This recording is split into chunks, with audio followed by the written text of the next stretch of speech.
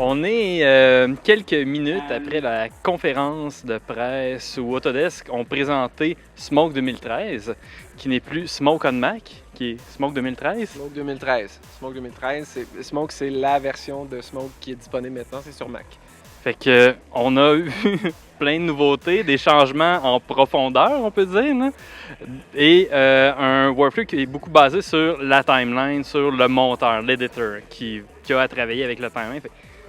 C'est quoi les gros changements de base au premier coup d'œil qu'on voit avec Smoke 2013? L'interface graphique a été complètement redesignée. L'idée, c'était que on a rencontré plusieurs monteurs, on a regardé aussi plusieurs workflows au niveau de la post-production. On a regardé où étaient les points de tension dans les workflows et on s'est rendu compte que beaucoup de monde perd du temps à passer d'une application à l'autre. Quand tu travailles dans Final Cut Pro, quand tu travailles dans Avid, tu fais des effets dans After Effects, tu t'en vas dans Resolve, puis là tu fais des titres dans je sais pas quoi. Marquee, si t'es pas chanceux. Puis tu reviens après ça dans ton logiciel de montage, puis là il faut que tu fasses un output, là il faut que tu fasses un encodage, tu t'en vas dans un autre logiciel. Nous autres, on s'est dit, ben il y a plein de ces trucs-là qu'on peut faire déjà dans Smoke, mais les gens trouvaient ça compliqué. Comment on rend ça plus simple? Comment on rend ça plus accessible? Comment on prend 20 ans de développement en effets visuels et on met ça dans une interface qui rend ça beaucoup plus accessible à des néophytes.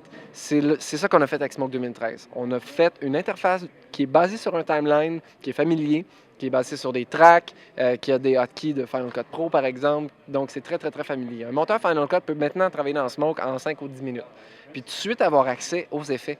Donc, je me dis que nos formations maintenant, ça va être, si vous connaissez Final Cut, on va passer tout de suite aux effets. Parce que vraiment, les gens vont trouver l'interface très, très, très familière parce qu'on l'a designé pour qu'elle soit familière. Que ce soit un monteur Final Cut, que ce soit un monteur Avid ou Premiere, on voulait rendre nos effets beaucoup plus rapidement disponibles.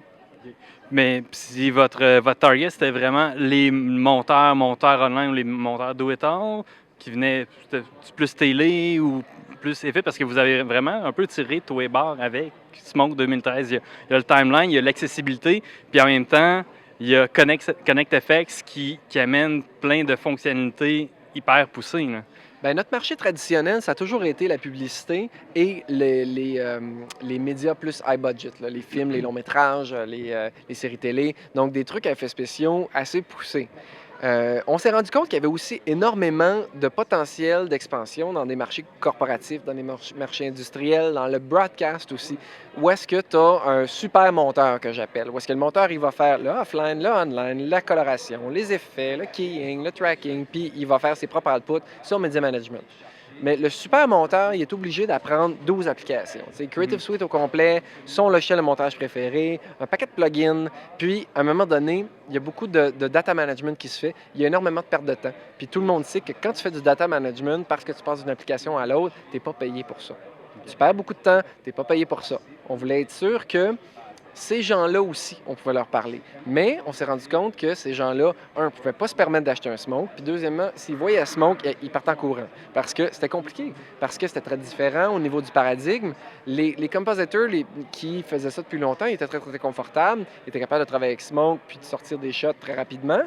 Les nouveaux, ils n'étaient pas assez familiers avec l'environnement. On a décidé de changer l'environnement pour rendre ça beaucoup plus accessible. Pour que les monteurs, ce que j'appelle les super monteurs, que ce soit dans le corporatif, que ce soit dans la télévision, que ce soit dans le broadcast, que ce soit dans les canaux spécialisés, où est-ce qu'on sait que les budgets sont restreints, le temps est restreint, mais ils veulent quand même, les patrons veulent quand même un résultat qui est excellent. Tu es obligé de couper coin rond parce que tu fais du media management au lieu de faire la création. Nous autres, on a dit, fais la création, nous autres, on s'occupe du reste. Puis on a vu aussi pendant la conférence de presse, on a dit que c'était beaucoup plus, en fait, les system requirements pour le Smoke, vous avez arrangé ça pour que ça soit plus accessible, ça roule sur plus de matériel, plus d'ordinateurs. Donc, qu'est-ce qui a changé, en fait? Pourquoi c'est plus accessible maintenant? 2 points importants. Le fait qu'on ne sait pas quand est-ce qu'Apple va sortir des Mac Pro. Donc, c'est sûr qu'on a regardé attentivement les MacBook Pro, les iMac. C'est de très bonnes machines. Toi, tu en as une chez toi. Oui, je l'aime beaucoup. Bon, OK. Tu es pas mal content avec ton iMac 27 pouces. Ouais. La carte graphique est bonne. Tu peux mettre de la mémoire. Puis le storage Thunderbolt, c'est rapide et c'est pas cher. On s'est dit, OK, nous autres, on va être capable de travailler avec Smoke là-dessus, avec des cartes ATI autant qu'avec des cartes NVIDIA. Et évidemment, on a vu que La plupart des professionnels, parce que Smoke est quand même une application professionnelle, ils veulent avoir du broadcast monitoring. On a toujours été des partenaires d'Aja. La Kona 3 a toujours été la carte de base dans un Smoke. On annonce maintenant qu'on peut utiliser le IOXT de Aja pour pouvoir faire du monitoring avec un iMac, avec un MacBook Pro. En Thunderbolt. Via la Thunderbolt, parce que Ok. les machines aujourd'hui, ils ont du Thunderbolt. Qu'est-ce qui se passe à l'autre niveau? Le storage, ça a toujours été un frein, parce que Smoke travaillait toujours en non compressé. Des fichiers DPX en 444 à 180 MB secondes. Ça voulait dire qu'une station Smoke traditionnelle a toujours eu une espèce de RAID en Fiber Channel, quand même assez gros. Le Thunderbolt, ça nous a permis de rendre ça portable. Mais c'est pas tout le monde qui veut avoir un Promise avec eux tout le temps. Ouais, si tu as un portable, tu te promènes avec ton MacBook Pro, c'est pas sûr que tu vas traîner ton Promise avec. Là. Exactement. Donc, une des nouvelles fonctionnalités, c'est ce qu'on appelle les Compressed Intermediates, c'est-à-dire que quand tu vas faire des rendus dans Smoke ou si tu importes des médias puis tu décides de transcoder le média dans ton format de choix, tu peux maintenant le faire en ProRes. Et ça, c'est une des nouvelles fonctionnalités. Donc, tu peux maintenant travailler avec un drive FireWire, avec du USB, avec le drive interne. Si tu as un MacBook Pro, par exemple, avec un disque SSD, ça va super vite. Tu sais, tu peux travailler en ProRes si tu veux, sans problème, avec Smoke. Marc-André, t'es-tu fier de Smoke 2013? Moi, je suis très, très fier. Ça fait assez longtemps qu'on travaille là-dessus. Ça fait assez longtemps que je n'avais pas le droit de dire à qui que ce soit sur quoi on travaillait. Je suis pas mal content de dévoiler ça aujourd'hui. J'espère que les gens vont venir nous voir au NAB. La façon qu'on a refait le boot cette année, c'est qu'il y a des postes. Il y a des tables avec des iMac, des MacBook Pro, avec des spécialistes qui vont pouvoir répondre aux questions des gens. Donc, c'est pas vraiment... On a encore une zone avec des démos pré-cannées, si on veut, mais on a aussi 4 postes où les gens peuvent venir et dire « Hey, montre-moi comment tu peux faire telle affaire dans Smoke. » C'est exactement ça qu'on veut faire. On veut que les gens viennent voir, poser des questions, dire « Ça, est-ce que tu peux faire tel truc avec ça? Comment tu fais telle action? Montre-moi les effets. » Un peu comme il y avait dans le temps quand Apple avait un booth, où est-ce que tu avais des Macs, puis là, tu avais... on s'est beaucoup inspiré d'Apple parce que ils ont réussi à mettre un pied à terre puis à transformer l'industrie de la vidéo au niveau du montage. Nous autres, on a dit, on va amener ça à l'autre point. L'industrie, elle a encore changé, puis on avait besoin d'une application comme Smoke 2013 pour remplir un espèce de besoin qui n'était pas encore rempli dans l'industrie. Puis pour ceux qui sont pas au NAB et qui ils ne peuvent pas le voir maintenant, vous allez avoir un bêta en ligne de disponible au Oui. mois de juin. Oui, on appelle ça le Preview Release Trial. Donc, à partir du mois de juin, vous allez pouvoir vous inscrire et télécharger la version bêta de Smoke 2013 parce qu'on compte lancer l'application en septembre. Donc, en automne, l'application va être finie, on va pouvoir la lancer. Et donc, à partir du mois de juin, vous allez pouvoir commencer à travailler avec Smoke. Il va y avoir toute une communauté qui va être créée autour de ce phénomène-là, avec Facebook, avec les médias sociaux aujourd'hui. On veut vraiment que les gens adoptent la nouvelle application, travaillent avec, pour former toute une nouvelle génération de gens qui connaissent déjà le concept, mais qu'ils comprennent le workflow, comprennent le pipeline. C'est juste qu'on prend leur pipeline pour la mettre dans la même application. C'est ça. Puis en fait, des personnes qui sont habituées à travailler justement dans 3-4 applications, maintenant, ils en ont juste une.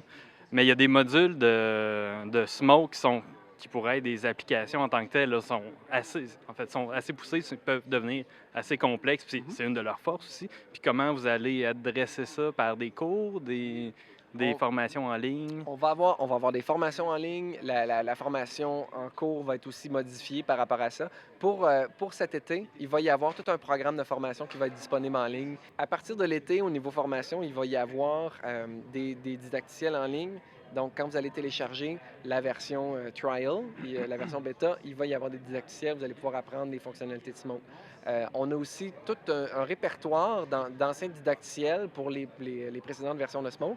Certaines qui vont être encore tout à fait à date. Donc, si vous voulez apprendre comment fonctionne le Color Warper, par exemple, le Color Warper lui-même n'a pas été modifié. Donc, il y a des cours sur le Color Warper qui sont disponibles sur YouTube, sur notre canal de formation. Il y a des cours sur Action, tout ça. Si vous voulez apprendre les fonctionnalités des applications, une fois que vous êtes rendu dans les modules, une fois que vous êtes rendu dans les outils, ça n'a pas changé. La façon de s'y rendre, ça a beaucoup changé. C'est rendu beaucoup plus facile. Donc, le cours de base de Smoke, maintenant, est passé de 3 jours à 1 heure. T'sais. Donc, surtout si vous venez d'un background de montage non linéaire. Puis cette version bêta, trial, pre-release de Smoke va être disponible, en fait, va être active jusqu'en septembre où vous allez sortir le logiciel. Exactement. Et à ce moment-là, là, on va pouvoir acheter le logiciel à quel prix? 3495, Ce qui est pas cher. Oui, c'est à peu près le quart du prix de ce que ça coûtait avant. Donc 3495 pour Smoke.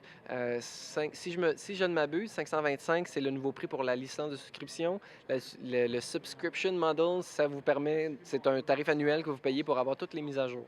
Donc, que ce soit les service packs, que ce soit les extensions, qui s'appellent maintenant les Subscription Advantage Pack, justement, au lieu de l'extension.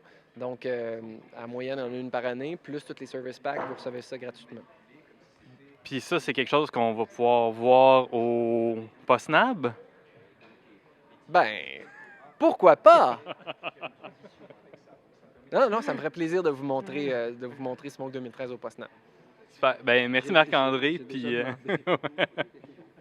ben, encore félicitations pour l'application. C'est vraiment, là, c'est du beau travail. Est-ce que tu es flabbergasté, Mathieu? Oui. Ouais. Oh, oui, oui. En fait, c'est vraiment tout ce à quoi je m'attendais. Cool. Oui.